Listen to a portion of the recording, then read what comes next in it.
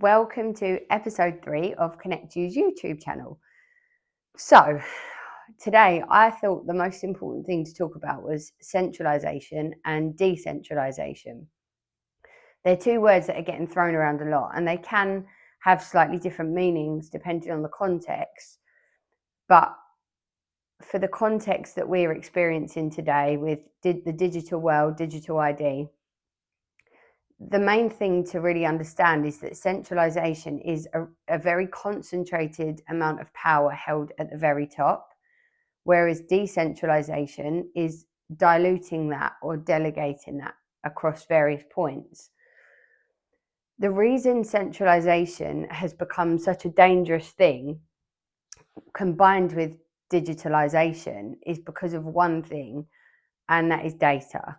So historically, governments in the past, they all had access to information on us, but it was very slow, it was very scattered, there were lots of walls between it. So for a government to really take control of a population, they had to use a huge amount of propaganda, and they had to be quite overt and forceful. So when you've seen, historical dictatorships and things like that, real violence had to be used. But if you give any government or any sort of central point of power a huge amount of information, data, access to everyday lives of each person within its control, it no longer needs to be as overt and forceful. Sorry, this bit of hair is really winding me up at the back, but it won't go away. So we are seeing 3 types of data being linked together with digital ID. You have personal data, which people will know is your name, your date of birth, your address. Then you've got sensitive data, which are things like your healthcare records, your belief system, your personal beliefs. And then you've got behavioral data, so your spending habits, your location, where you like to go. But the 3 things are being linked by digital ID. And there's confusion around one login and digital ID. So one login is being framed as an efficient one hub for access to all government services, everything from the NHS and healthcare to HMRC to Companies House. Everything that sits within the government framework would be accessed by this one login. That already comes with its own concerns. Firstly, the license that enabled that to exist they weren't able to renew it, which left us really vulnerable. It leaves anyone vulnerable that is within that framework. But secondly, for that to be created, a lot of quiet changes had to happen behind the scenes. Processes around data protection, security, access to information, consent. There had to be a lot of eroding of that. There had to be a lot of shifting for that to happen. I've talked before about how data has always sat a lot more in isolation in the past. So your passport information would sit with the passport office. Your driving license information would sit with DVLA. Your healthcare records would sit within the NHS. And the only time those would need to be cross-referenced are for verifying your ID for a particular purpose. Or, if one branch of the government needed to see your bank account, there were legal routes they had to go down, and it was because of things like tax evasion, fraud. But there's been a real erosion of those walls, taking down of those walls. That is essentially what one login has done. It's removed walls so that those data sets are interoperable. The next thing is digital ID, the government's digital ID that Keir Starmer was very loudly pushing and is now gone a bit quiet on. It's obviously being very pushed by Tony Blair as well. Now that is another thing altogether. that links everything, all approved services, all companies that use this digital ID that the government either offers or coerces to use this digital ID.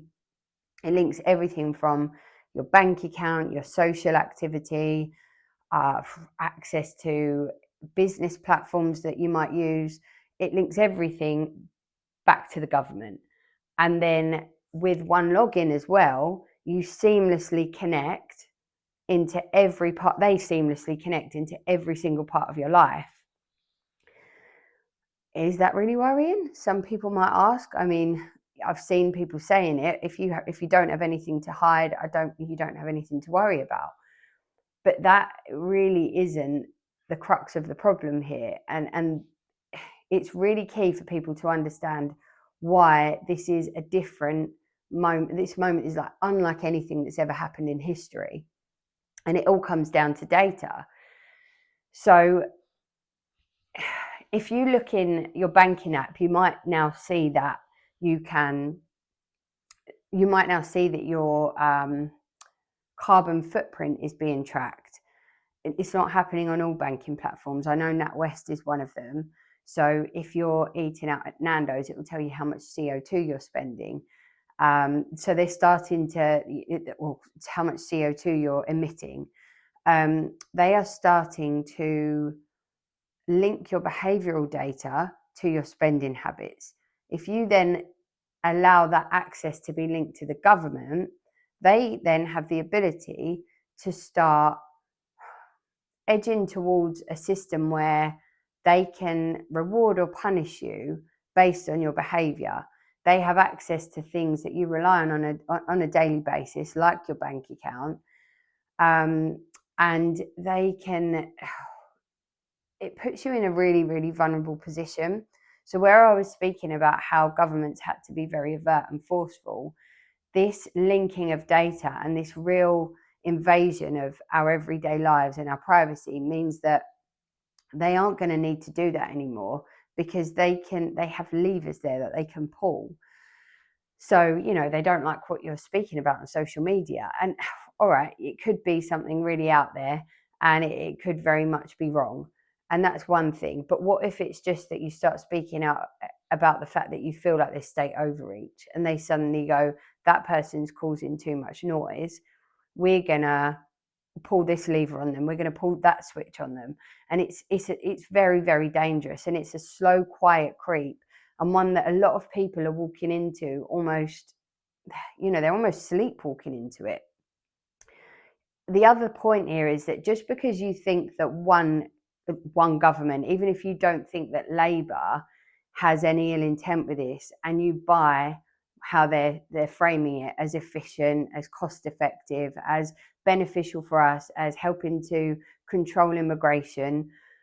I mean, don't get me started on that one. I think most people will agree that isn't going to combat illegal immigration, and it was very unlikely that was ever its purpose. I've lost my train of thought. It's because I started thinking about illegal immigration and the bollocks coming out of Keir Starmer's mouth. Even if you think that there's no ill intent there, what happens if the next government does have ill intent? And it doesn't necessarily have to be in the next election. It could be in 10 years' time. And the reason I say that is because what people may be failing to see is that once you have created or helped them complete this digital framework, there is absolutely no going back. The access to every individual is there forever for whichever kind of government or person comes into control. We can never revoke that vulnerability. And that is the difference. That is why this moment is like none that we've ever seen in history. So data is the reason that centralisation has become so much more dangerous.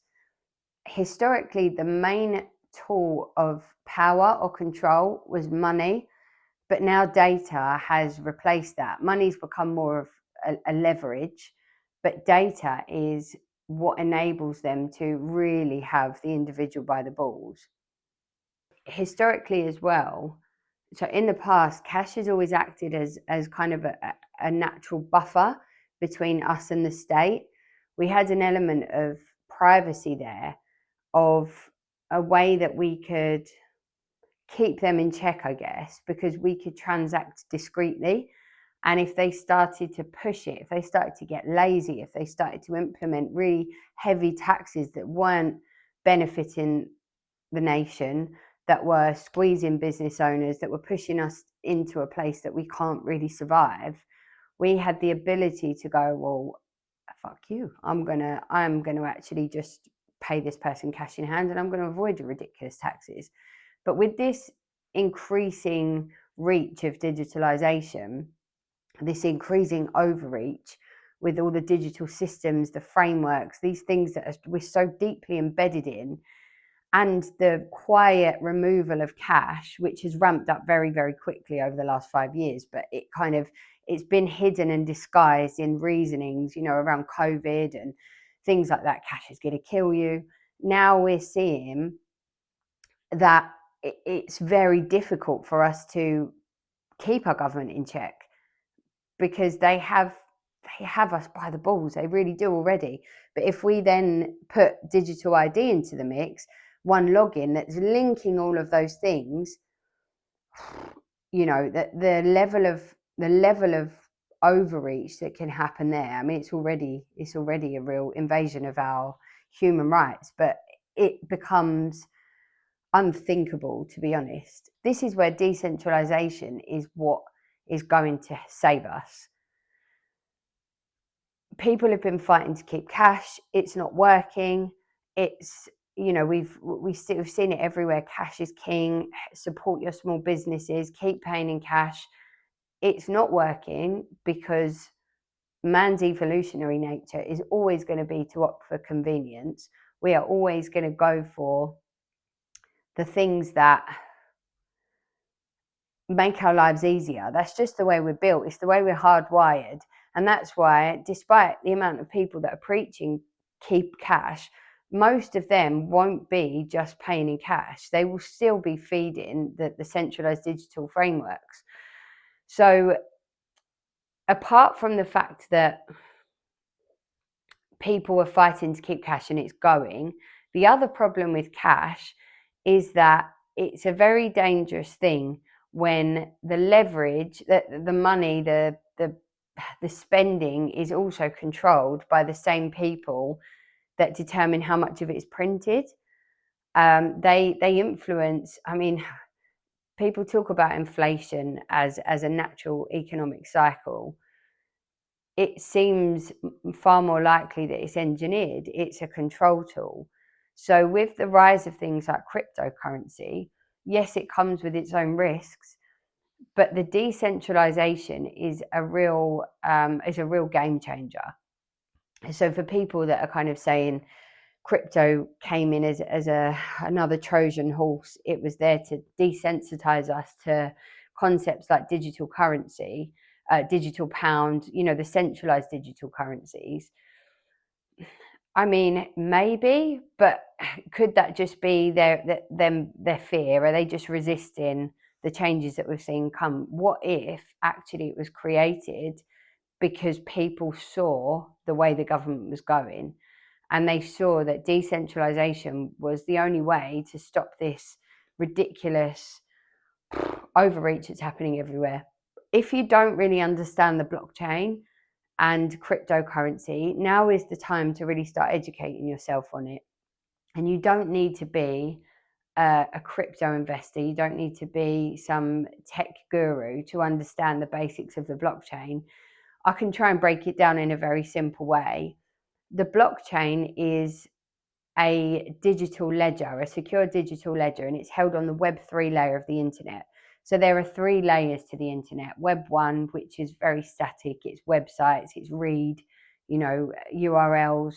Then you've got the Web 2 layer, which is, I guess, read and write. It's social interaction, social media, but it enabled then big companies to own huge amounts of data on us.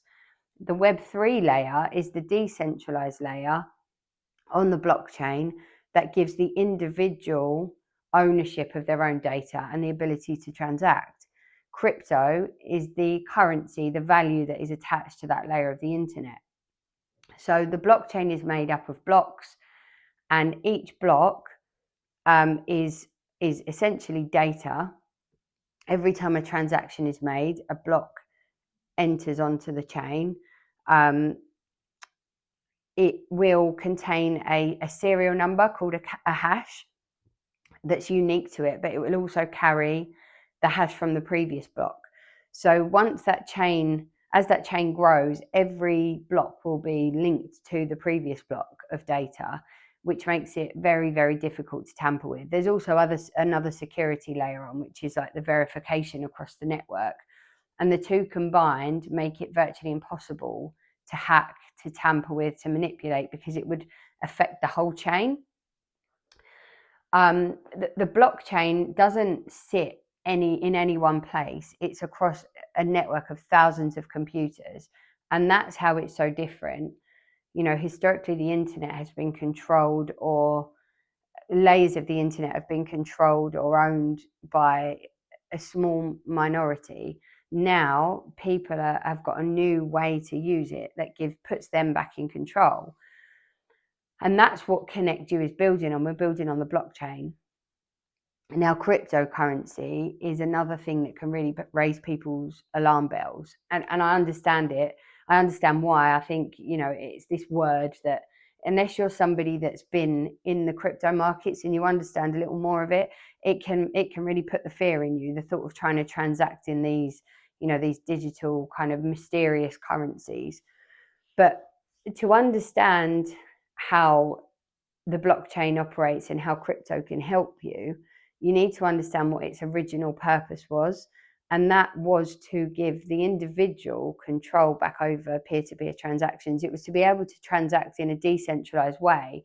So without relying on the infrastructure of centralized banks and you know, these institutions. And obviously, as with anything, when something new comes into the picture, it's going to be very volatile. There's a huge wave of excitement, speculation. People will invest in it. They'll invest in coins. Like, this is what happened with Bitcoin. It became an investment because people could see the future of it. So they were kind of backing it. But then you will see these huge volatile shifts in the market, and that has made people very, very dubious of crypto. Every time a new coin comes into the market, it's new. Again, it's exciting. People are trying to determine how it's going to be used, what it's going to interact with. So if you were looking at crypto as an investment, then yeah, you really need to understand what it is you're investing in. You need to be following those coins and understanding the activity around it. But if you were to just look at crypto as a tool for its intended purpose, which is to transact, there are ways that this can really empower you without you having to take massive risks. So I'll give you an example, a hypothetical situation. If you were a business owner and you wanted to operate on a decentralized platform like the one Connect You is creating, you don't want to keep living in fear of the banks shutting you down. You want to start to remove some control from those centralized structures and start giving more control to yourself by putting it through this decentralized place.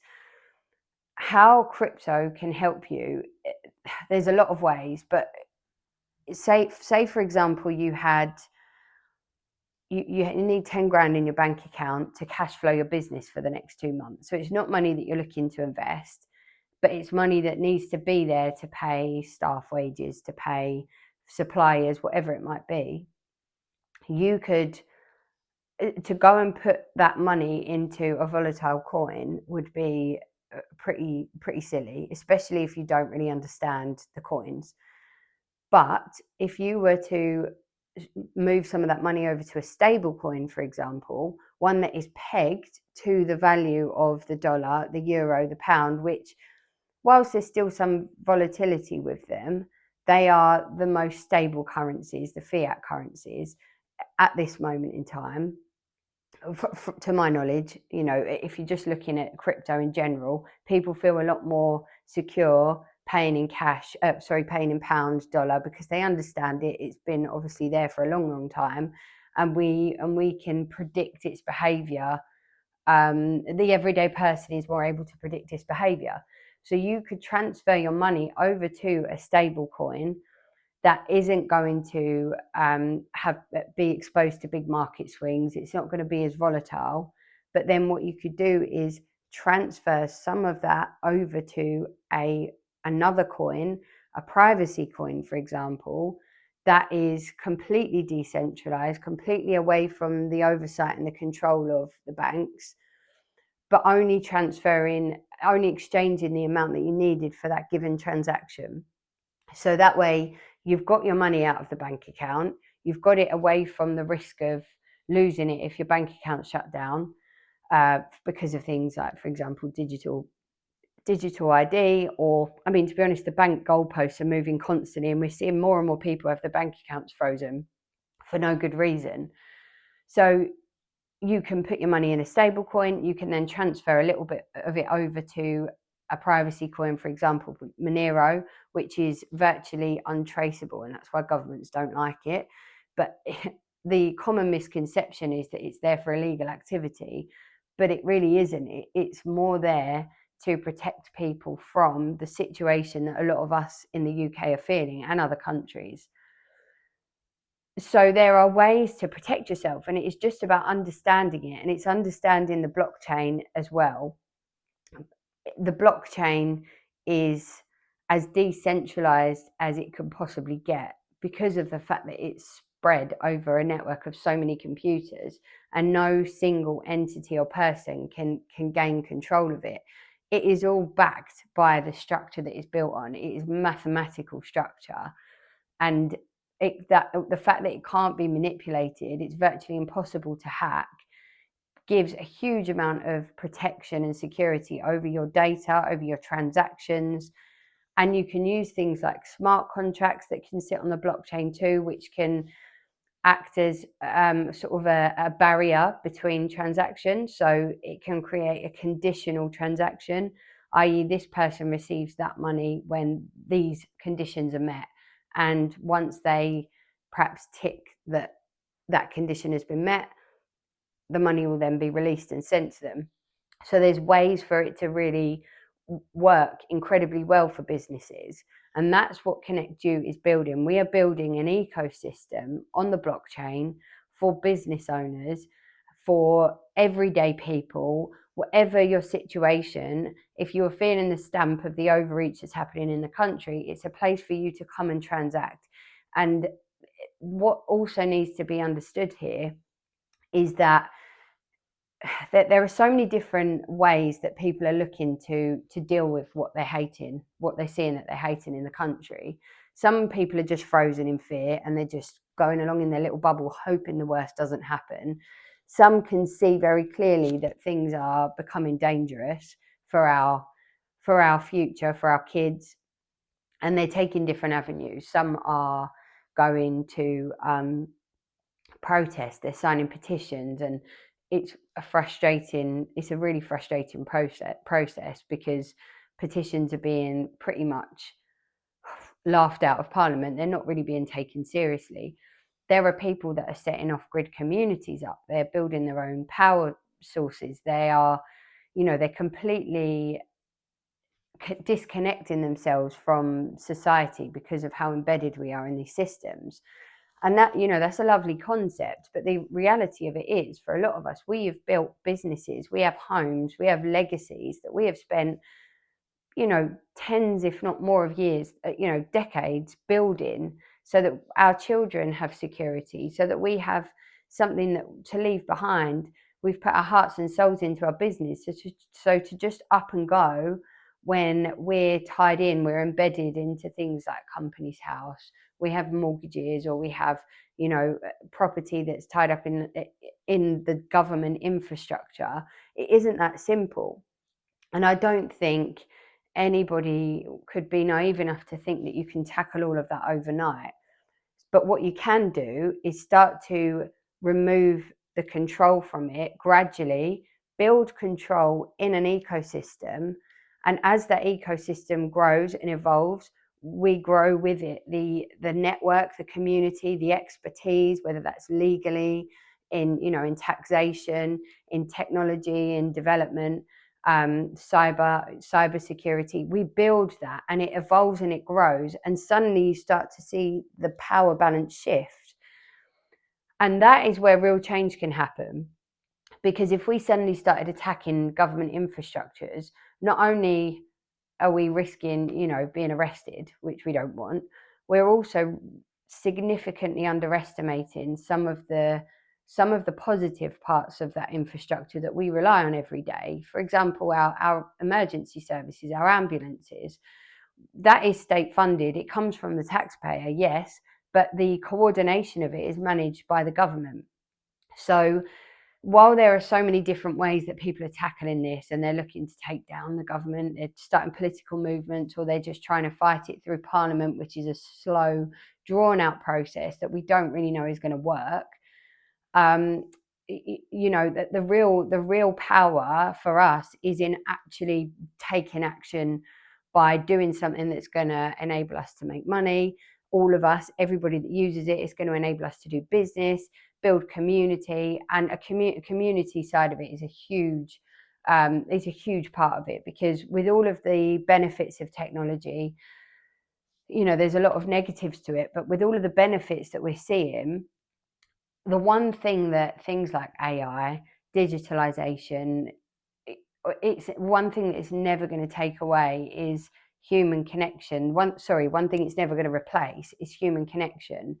We as humans, the feeling we get when we speak to people, when we feel their energy, when we we build relationships, we build trust, that can never be replicated by anything online. And that's why community is a massive part of Connect You as well. It is as much about human empowerment and embracing convenience, but in decentralized forms that empower us, is as much about a community as it is about that. So that is where we see the power coming from, and more people are showing interest in what we're doing. More and more people are talking about partnering with us. We need as many people as possible to come on this journey, not just for our sake, because we have the knowledge there and the contacts there to go and start operating off grid, to do what we need to do to find the decentralized routes. But this isn't some money making service that we're looking to provide to people. This is a change that we want to make for the world. This is us speaking daily to other business owners, people nervous of what happens if they don't comply and their assets are seized, what happens if they don't comply with other things and they can't access their medical care, their medication in the next 5-10 years. This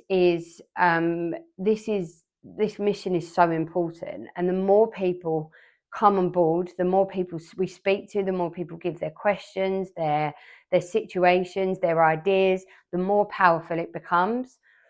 And we don't need we don't need to do this. We don't have to do this, but we want to do it because it's at the core of us. It's at the core of our belief system, and we believe that you be the change that you want to see. So if you're interested in, I've got so many resources on this, not just on decentralization, centralization, digital ID, the blockchain, understanding cryptocurrency. I've got so many resources that I can send. But if you are somebody that has had enough of feeling boxed in, not really seeing the best route to take, if you're ready to start giving your energy to something that's going to start making you feel empowered again and hopeful and part of something bigger, that's really going to give you the tools and the contacts that you need, not just for your future, but in your business now, in your everyday life now, then you join our waitlist. Please do join our waitlist. I can send it over to you. Please comment below. please follow, please share my videos with anybody that you think is feeling the pinch, that could use this kind of education, this kind of empowerment, and the systems and the ecosystem that we're building. Thank you.